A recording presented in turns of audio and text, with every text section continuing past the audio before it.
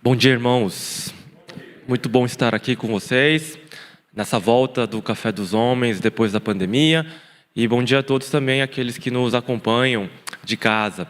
Nós vamos abrir a palavra do Senhor e falar aqui sobre esse tema, as 7 lições de liderança de Davi, baseado no texto de 1 Samuel, capítulo 26. Se você puder abrir comigo, por favor. 1 Samuel 26.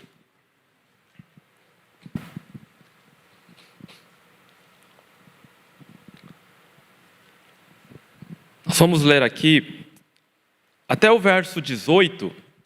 Peço que acompanhem então. Vieram os zifeus a Saul, a Gibeá, e disseram: não se acha Davi escondido no outeiro de Gesimom, de Aquilá, de fronte ao Gesimom? Então Saul se levantou e desceu ao deserto de Zife, com 3.000 homens escolhidos de Israel a buscar Davi. Acampou-se no outeiro de Aquilá, de fronte de Gesimom, junto ao caminho. Porém Davi ficou no deserto. E sabendo que Saul vinha para ali à sua procura, enviou espias e soube que Saul tinha vindo. Davi se levantou e veio ao lugar onde Saul acampara, e viu o lugar onde se deitaram Saul e Abner, filho de Ner, comandante do seu exército. Saul estava deitado no acampamento e o povo ao redor dele. Disse Davi a Aimeleque o Eteu e a Absai, filho de Zeruia, irmão de Joabe: quem descerá comigo a Saul ao arraial? Respondeu Absai: eu descerei contigo. Vieram, pois, Davi e Absai de noite ao povo, e eis que Saul estava deitado, dormindo no acampamento, e a sua lança fincada na terra à cabeceira. Abner e o povo estavam deitados ao redor dele. Então disse Absai a Davi: Deus te entregou hoje nas mãos dos teus inimigos, nas tuas mãos o teu inimigo. Deixa-me agora encravá-lo com a lança ao chão de um só golpe, não será preciso o segundo. Davi, porém, respondeu a Absai: não mates, pois quem haverá que estenda a mão contra o ungido do Senhor e fique inocente? Acrescentou Davi: tão certo como vive o Senhor, este o ferirá, ou o seu dia chegará em que morra, ou que, em descendo a batalha, seja morto. O Senhor me guarde de que eu estenda a mão contra o seu ungido.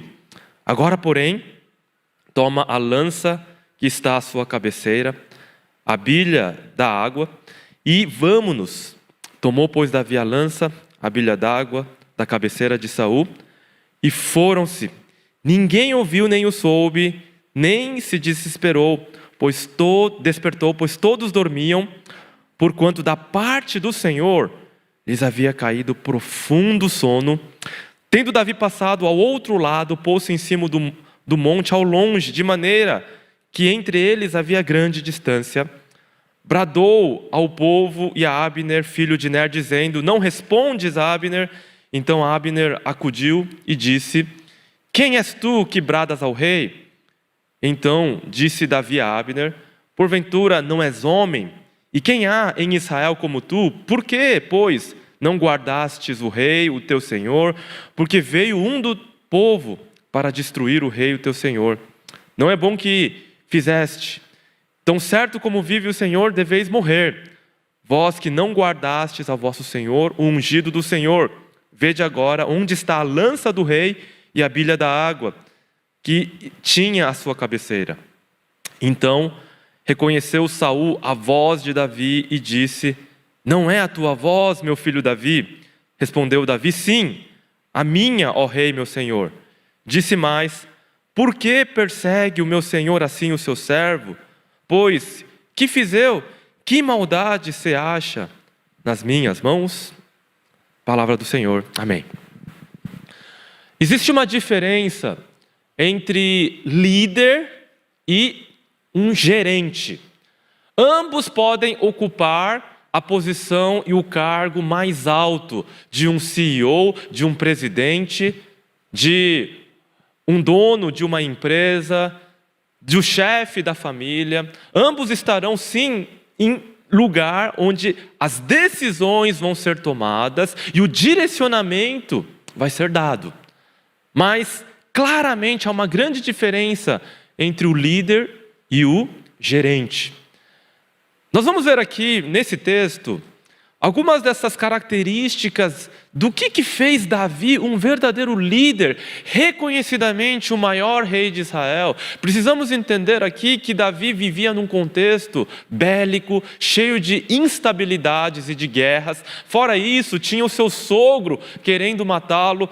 E nessa circunstância toda, Davi surge ali como o grande rei de Israel, vai governar. E o que Davi conseguiu fazer foi algo grandioso.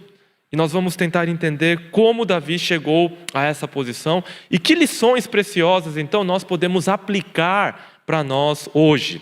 Então, a primeira lição da liderança de Davi é que o grande líder se forma no deserto.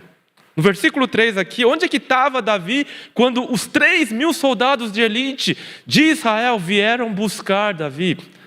Se Davi tivesse no conforto de uma cidade, de um vilarejo próprio, desfrutando de uma hospedaria com uma cama quentinha, afinal de contas, o deserto, no inverno, à noite, por causa da falta de umidade, a temperatura cai muito baixo, né?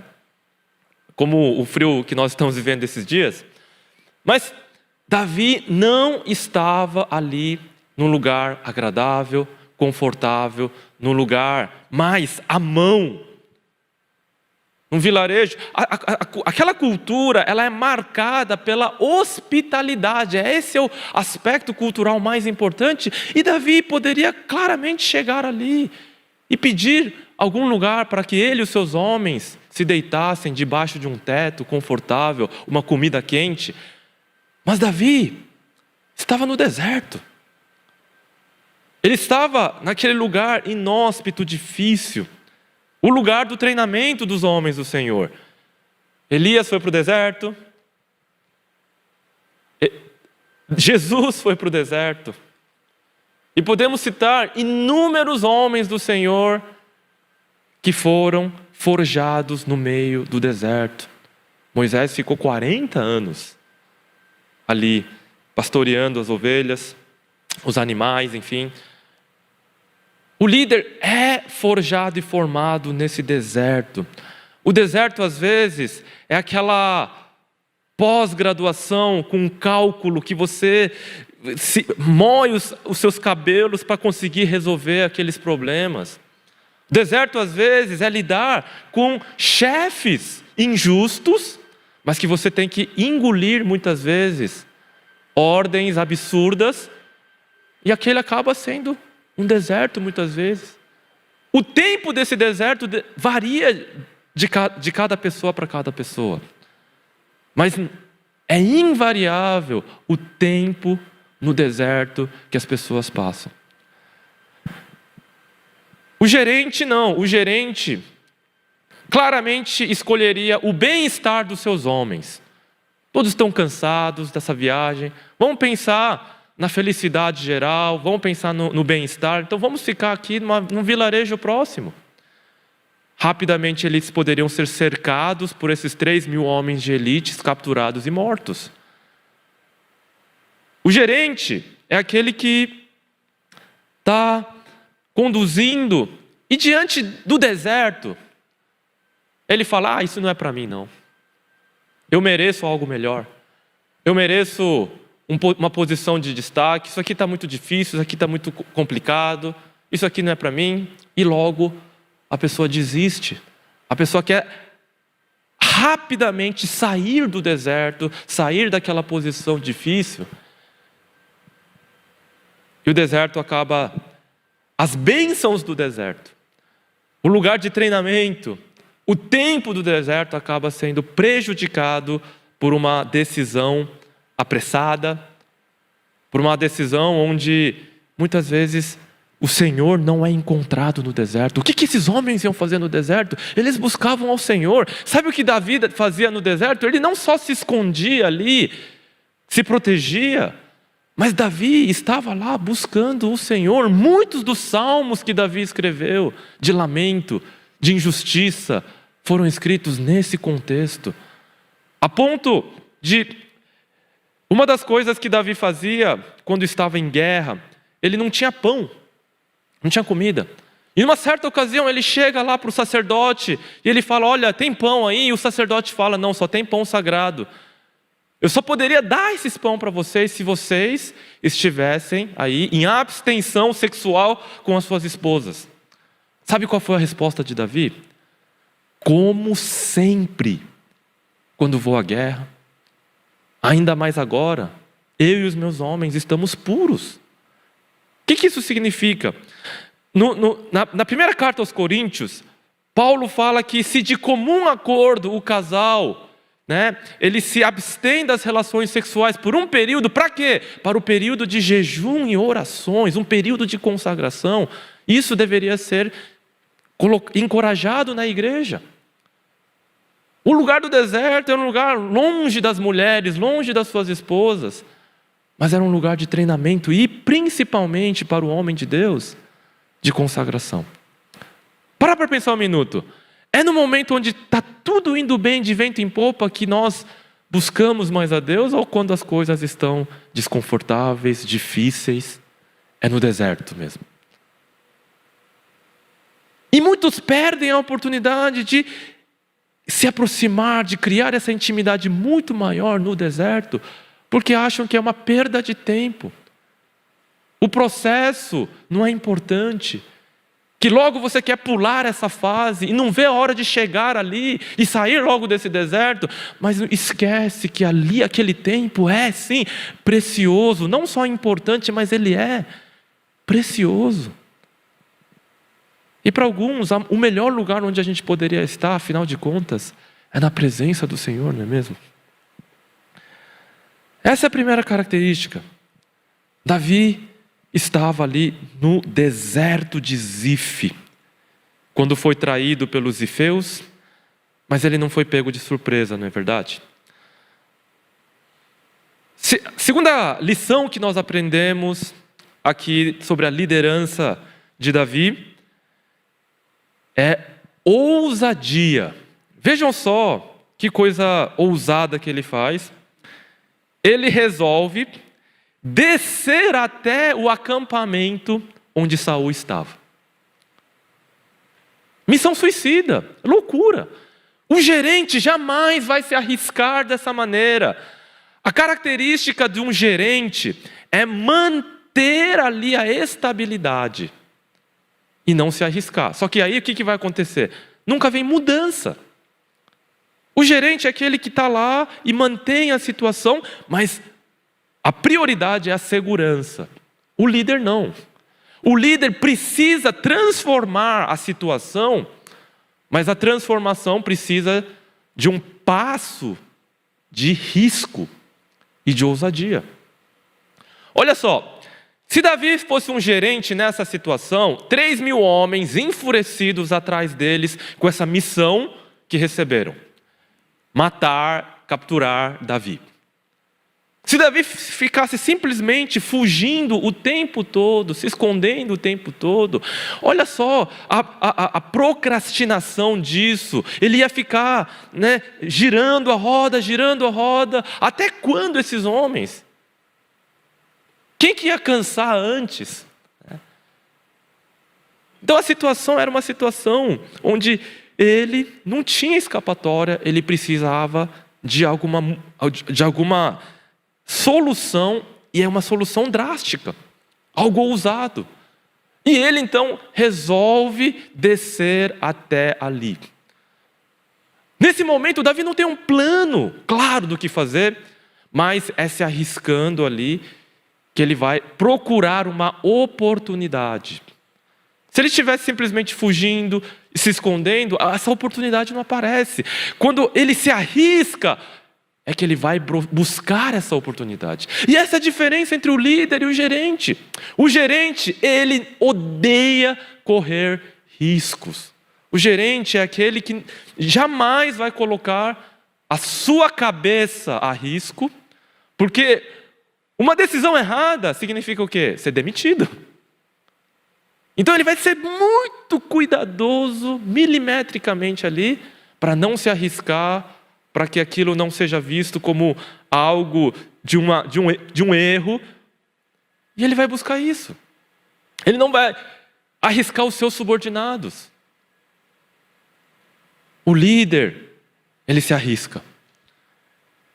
Grandes líderes tomaram decisões ousadas, arriscadas, foram contrariados.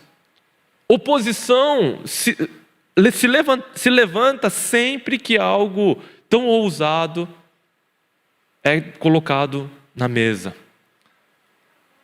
Davi se propôs a descer até o acampamento. 3.000 soldados de elite. Uma das coisas que você tem no exército é o quê? É o guarda, é o turno da noite, né? E aqui nós estamos falando não de qualquer soldado, nós estamos falando da elite da guarda de Israel. E esses homens, claro que eles iam ter ali uma guarda pesada mesmo à noite. Só que eles baixaram a guarda. Olha só a oportunidade. Talvez Davi chegasse ali, ficasse a uma distância segura, visse os guardas ali apostos, procurando uma oportunidade. Mas se ele não tivesse descido até ali, ele não ia encontrar todo mundo com a guarda baixa, dormindo. Porque eles deveriam ter pensado, foi uma viagem longa, quem é que vai nos atacar no deserto, né? Davi com seus poucos homens, ele não vai nos atacar, não tem como. Então eles baixaram a guarda, e aí surgiu essa oportunidade. Ele foi até o meio do acampamento. Onde é que estaria Saul? Lá no meio. Imagina você cercado por 3.000 homens acampados e Saul lá no meio. E Davi vai até o meio. No coração, ali no olho do furacão, ele vai. É esse o risco que Davi toma. É essa a ousadia que ele tem. Ele não dava amor à sua vida, aos seus servos, às suas esposas? Será que a ousadia dele beira a loucura, a irresponsabilidade? Muitos vão chamar líderes de irresponsáveis e loucos. Lá na Coreia do Sul, havia um córrego, né? Igual o Tamanduateí aqui de São Paulo, na cidade de Seul. E ali ficava a favela, depois ele foi encoberto, né? Passava a rua em cima. Veio um prefeito, presbítero da igreja, e ele propôs que arrancasse toda aquela estrutura, né? Era maior que o Minhocão, a sua extensão. Arrancasse tudo. O investimento gigante havia sido feito, aquilo ia atrapalhar o trânsito, enfim, mas ele mandou arrancar tudo, e ali ele ia revitalizar aquele córrego. Todo mundo chamou ele de louco, todo mundo falou, você está cometendo suicídio político, nunca mais você vai ser eleito a nada. Ele foi, apesar de toda a oposição, abriu aquele córrego, transformou aquele lugar, despoluiu aquele riacho, contratou os melhores arquitetos e designers para fazer algo assim, uma obra primorosa. E aí, aquilo foi feito um parque ao céu aberto, onde as pessoas podem ali mergulhar o seu pé, ver os peixinhos nadando, atravessar de um lado para o outro. Sabe o que aconteceu? Ele foi eleito presidente da Coreia por causa da despoluição daquele córrego. Um projeto que todo mundo achava inútil. Tem tanta coisa mais importante, educação, saúde, segurança. Você vai se preocupar com isso? Você vai se arriscar com isso? Você vai cometer suicídio político? Não, ele foi eleito presidente da Coreia por causa dessa atitude ousada, que todo mundo dizia ser suicídio, e ele foi. O gerente jamais se arriscaria dessa maneira. Terceira lição. Nós vemos aqui no versículo 5 e no versículo 6, que o grande líder, ele tem o magnetismo pessoal para atrair gente boa para trabalhar com ele. Quando Davi se propõe, eu vou descer ali, quem vai comigo? Nesse exato momento, no versículo 5 diz aqui que Abissai responde, eu descerei contigo. Alguém que dizia, eu vou com você até o fim, eu estou do seu lado. Olha só que companheiro, olha só que homem leal, olha só que pessoa mais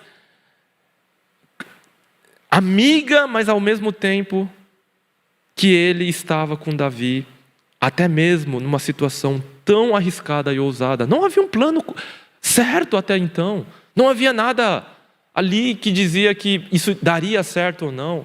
Os riscos não foram milimetricamente medidos, mas, não obstante, o único critério usado aqui por Abissai foi, se Davi for, eu também irei.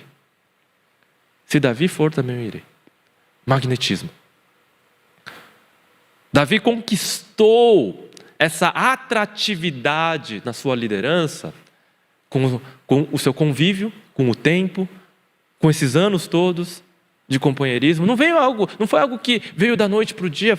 Houve um investimento, sim, mas também, muitas vezes, o tempo pode ser algo que afasta as pessoas, porque, eu conheço você, eu não quero ficar com você. O tempo pode ser algo que vai contra, porque, não, eu vejo que você não é um grande líder. Se eu ficar com você, eu não vou melhorar, eu vou diminuir. Eu não vou ficar mais crente, eu vou ficar mais idólatra.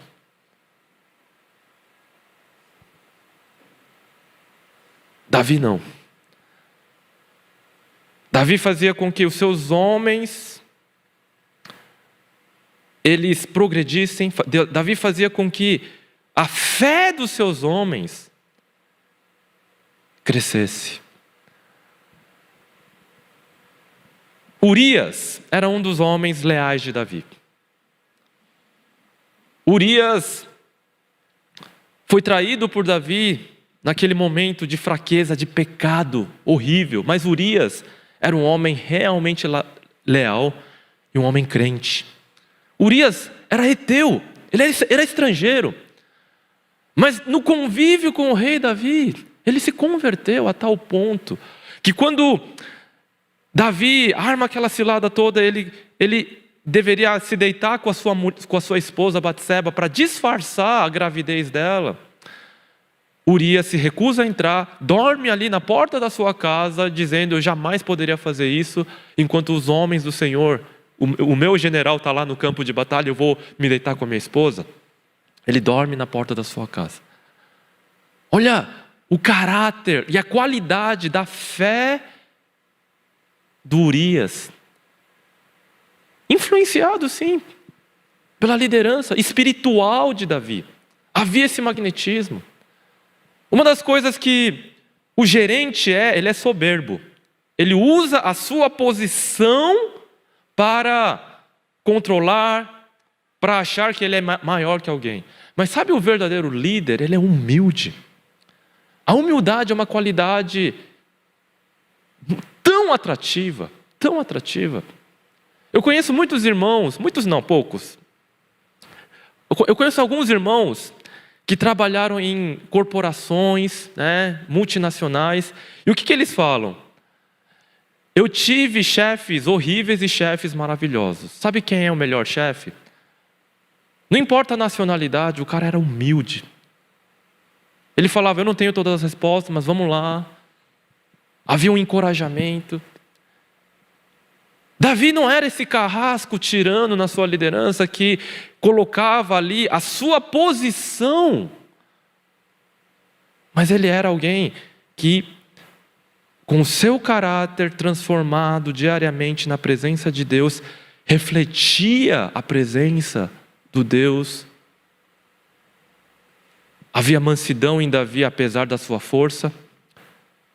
Havia características de um verdadeiro convertido ali, e aquelas características vão trazendo mudança nos seus homens, a ponto de chegar um momento como esse, Abissai dizer: eu vou com você, eu vou com você, eu irei com você, não importa, se é para morrer, não importa, se eu morrer ao seu lado eu estarei feliz. Tal é a confiança desses homens. Olha, um grande líder nunca faz nada sozinho, ele tem uma equipe por detrás. Um grande homem que realiza grandes coisas, esse líder, ele tem, muito provavelmente, uma grande esposa ao seu lado, que confia, que diz: eu vou com você até a morte, até que a morte nos separe. Na doença, na pobreza, na tribulação. Se a liderança não acontece nem em casa, como é que vai acontecer fora?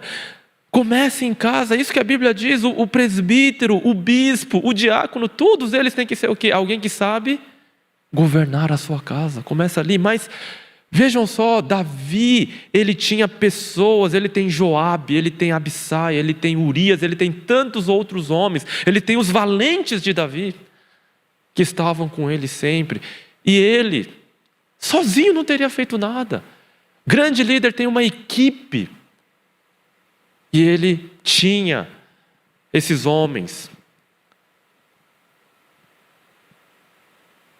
Quarta característica, quarta lição importantíssima de liderança que nós vemos aqui com o rei Davi.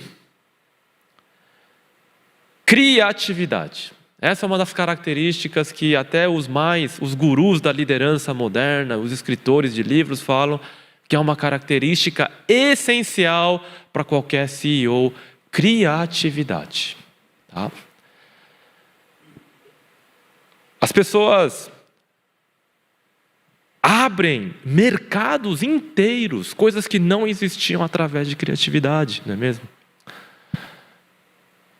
Criatividade é realmente algo impressionante, porque a criatividade é uma característica divina. Deus criou todas as coisas. E esse poder criador é dado ao homem pela sua graça comum. Crentes ou não crentes podem ter essa criatividade.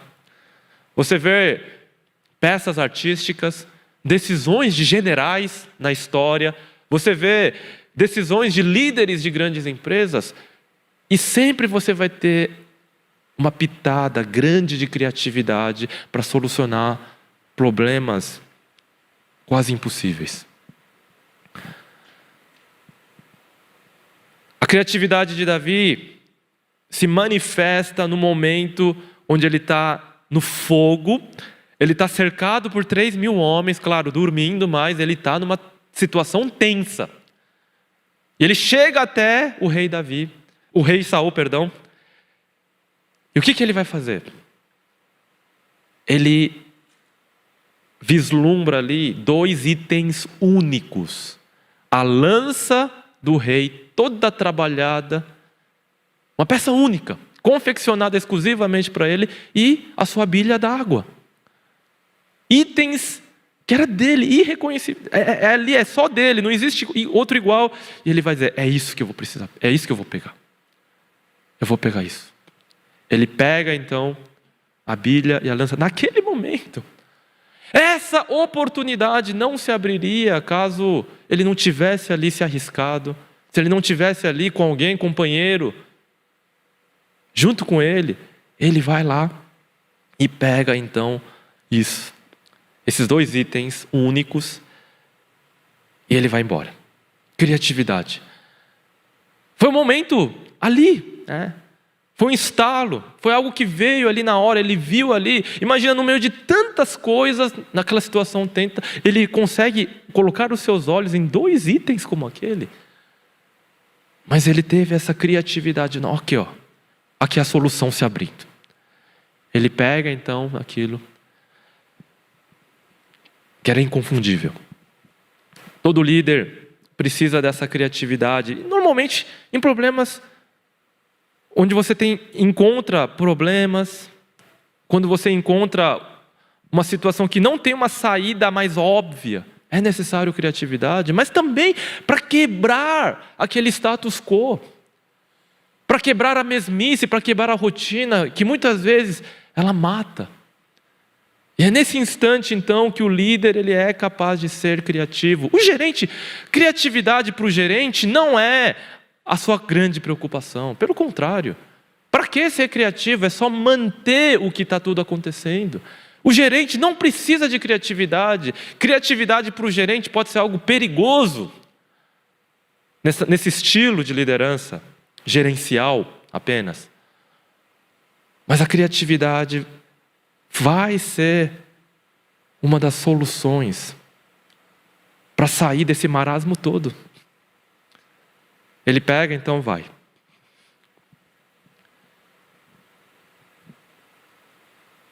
Vamos lá para a 5ª lição aqui que nós temos.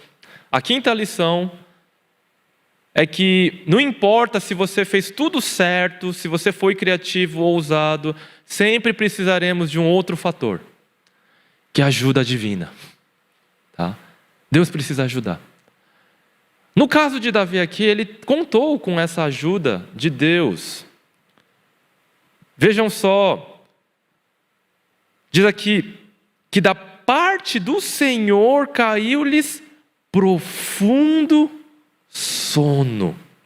Todos aqueles homens estavam ali, sim, cansados, todos eles estavam ali dormindo, porque eles foram lapsos e deixaram os seus postos ali de guarda, sim.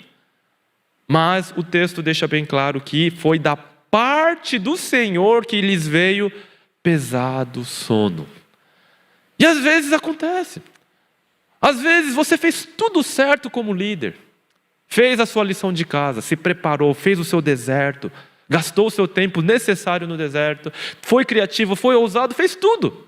Tem pessoas de qualidade ao seu lado, mas a coisa não vai. Imagina se um homem de 3.000 tem insônia, sono leve, alguma coisa faz ele acordar e observa Davi e Abissai caminhando ali no meio. Mas foi da parte do Senhor que lhes caiu o profundo sono. Quando o general Hannibal, ele estava prestes a invadir Roma, algo que ninguém esperava. Bárbaros de Cartago invadindo Roma. E estava praticamente decretado a queda de Roma ali. Não fosse um pequeno detalhe. Roma era cercada por alguns pântanos, muitos mosquitos, e a malária atacou os exércitos de Cartago. E aquilo foi algo devastador para eles. A mesma coisa aconteceu lá nos Estados Unidos, quando um general inglês estava praticamente, com uma tropa muito superior aos colonos, que queriam a sua independência, lutavam ali.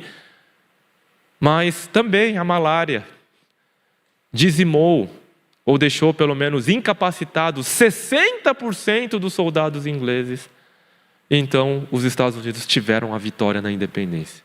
Quem que podia contar com isso? Quem que poderia colocar na sua tática malária? Foi algo totalmente inesperado. Foi a providência de Deus. E a providência de Deus é algo que o líder precisa. Às vezes você fez tudo certo, mas sem essa providência, sem essa ação divina, a coisa não vai. Coloca na sua lista de liderança.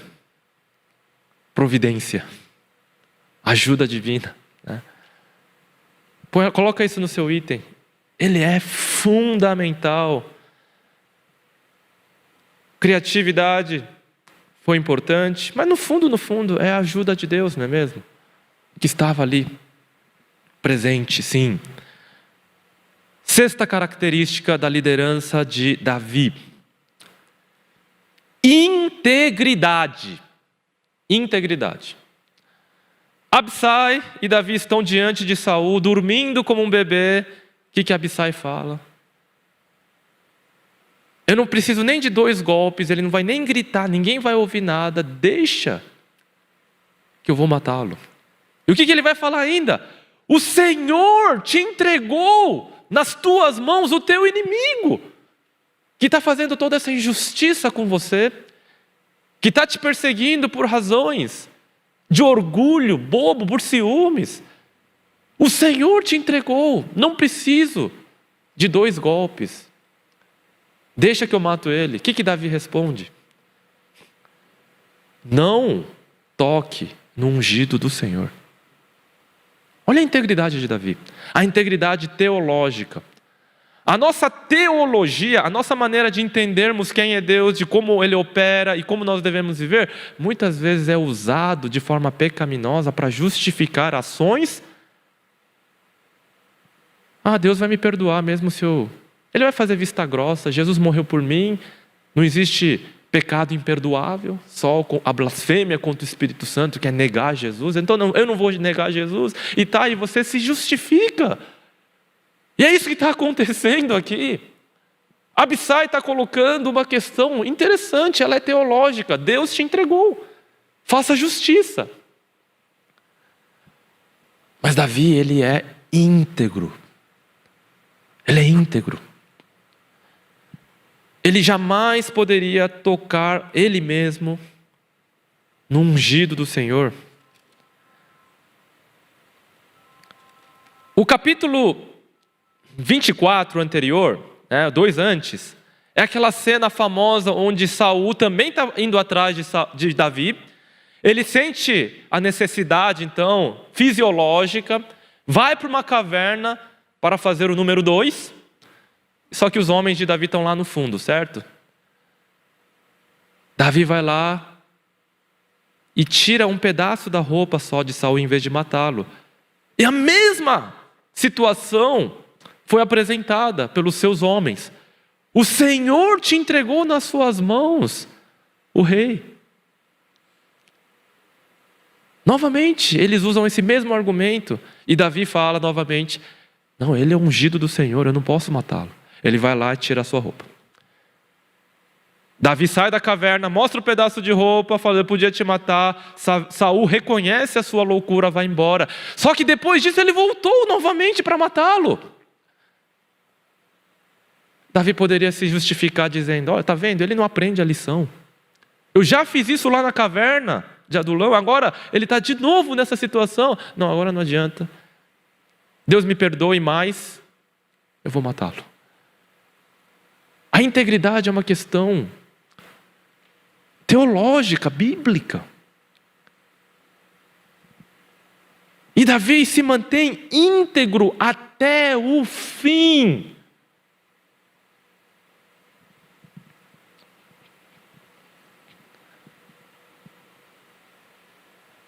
O que faz de Davi o rei legítimo? É a sua integridade. O capítulo 24, 25 e 26 de 1 Samuel são os capítulos que dão legitimidade para Davi como o rei de Israel. O que acontece nesses capítulos? No capítulo 24 é a caverna. No capítulo 25 é a cena de Nabal.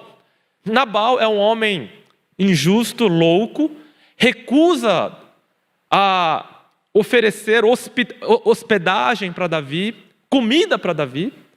Então Davi, que estava já atribulado com a notícia da morte de Samuel, imagina o seu psicológico, o seu emocional, ele vai, pega os seus homens e vai fazer uma carnificina, um genocídio contra aquele homem mau. Ele é chamado filho de Belial, filho do demônio.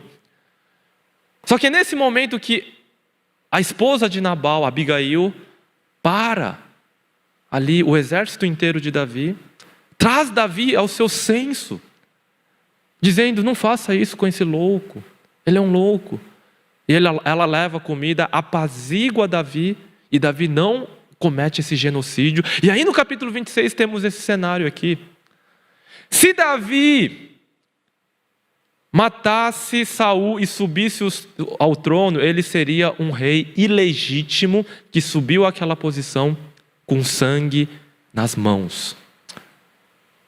E logo ele seria traído por alguém, morto da mesma maneira como nós vemos a história de Roma, como vemos a história de tantos que pisaram em outros para subir ao poder, mas logo vão descer pelo mesmo caminho. Ele não cometeu o genocídio contra um fazendeiro, por mais louco que ele fosse. Tudo isso, o texto bíblico nos mostra aqui o porquê que Davi é colocado como esse rei genuíno e legítimo, reconhecido. E a resposta é sua integridade. A sua integridade. O mundo talvez não reconheça a nossa integridade, a sua integridade. Mas Deus reconhece. E pessoas íntegras também o reconhecem. O tal do compliance, né? É um valor que está no mundo empresarial hoje. A honestidade, a transparência, todas essas coisas são hoje algo que vieram para ficar. O mundo está mudando, né? Porque entenderam que a integridade nos negócios, lá na frente, é algo que vai dar lucro, é algo positivo. Pragmaticamente o mundo já reconhece isso. E os filhos da luz, que dão um jeitinho aqui, pegam um atalho ali, cadê a integridade?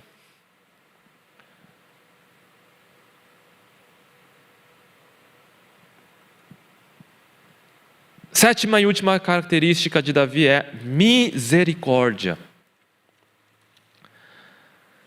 Ele viu ali Saul numa situação de loucura, né? Lá ele diz: por que me persegue o meu senhor, assim o seu servo? Que maldade que eu fiz? Você consegue sentir no grito de Davi, lá de longe, numa posição segura, dizendo: eu estou aqui com a sua bilha d'água e com a sua lança, poderia matá-lo, mas ele está lá gritando: por que que o Senhor me persegue? É um grito de desespero? Não, é um grito onde ele derrama o seu coração misericordioso para com Saul. Ele consegue amar o seu inimigo. Loucura, não é verdade?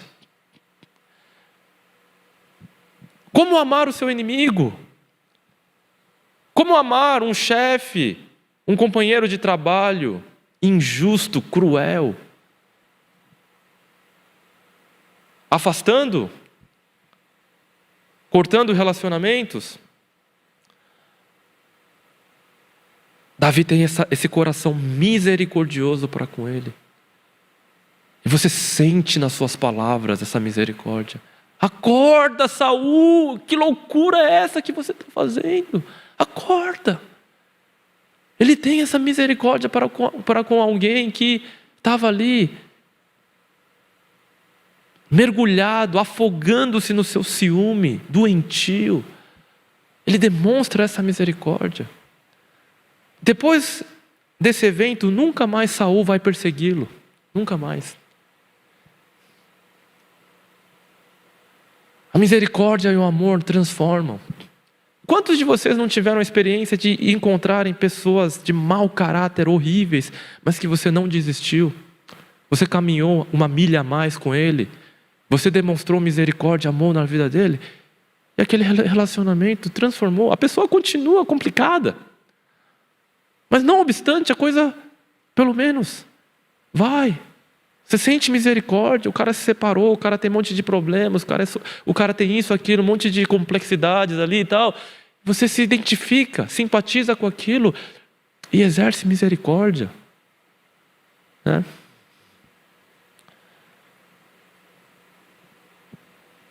Davi é esse rei legítimo, reconhecido líder, por todas essas características, né? Sabe quem foi um líder que teve todas essas características? Vamos repassar. Se você puder anotar, porque eu acho que no Man Up, aqui depois desse nosso momento, vai ter um momento de conversas, né? E aí vocês poderiam discutir essas 7 características, né? Qual a importância dessas 7 características aí na sua vida? Vamos revisar rapidamente. Primeira é, se você puder anotar, deserto. Segundo, ousadia. Terceiro, magnetismo. Quarto, criatividade. Quinto, providência, ajuda divina. Sexto, integridade. E sétimo, misericórdia. Eu vou repetir lá no final mais uma vez, mas quem teve essas 7 características na sua vida, na sua liderança? Jesus Cristo. Jesus Cristo também passa 40 dias no deserto, sendo tentado por Satanás. Ele poderia ficar lá no conforto dos céus, mas ele diz: Pai, eu irei ao mundo. E numa decisão tão ousada, o Deus criador desse universo, na sua santidade e glória, desce até esse mundo caído. Que ousadia, não é mesmo? Que magnetismo, as multidões vinham para Jesus. Os 12 permaneciam até o fim com ele. E mesmo quando os 12 o traem, Jesus vai atrás de Pedro com misericórdia e diz: pastorei as minhas ovelhas. A criatividade de Jesus. Quem não tem pecado, atire a primeira pedra. E aquilo desarma toda aquela multidão enfurecida. Constantemente, a ajuda divina está na vida de Jesus. Ele era Deus, claro. Mas Deus, na sua encarnação, ele se limitou. É como se ele deixa de lado o seu poder, a sua glória. Se limita. E ali ele precisava, sim, da ajuda de Deus, em constante oração. A presença de Deus está ali, constante. Como podemos falar de integridade na vida do nosso Senhor, né? O homem mais íntegro que já existiu. Ele foi íntegro para cobrir a nossa falta de integridade. E a sua misericórdia, chorando por Jerusalém.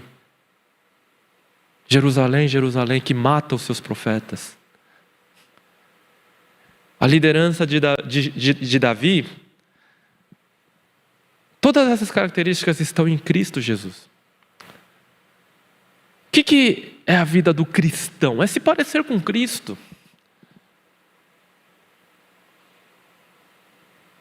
Deixar o conforto, deixar a segurança, muitas vezes, é necessário, sim, se quisermos ser agentes de transformação na família, no trabalho, em lugares de influência onde Deus nos coloca. Deus nos dá isso, né?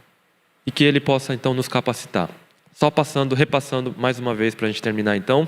Deserto, ousadia, magnetismo, criatividade, ajuda divina, integridade e misericórdia. São essas 7 características que vemos nesse texto. Que Deus nos abençoe para sermos esses líderes aprovados da parte do Senhor. Amém.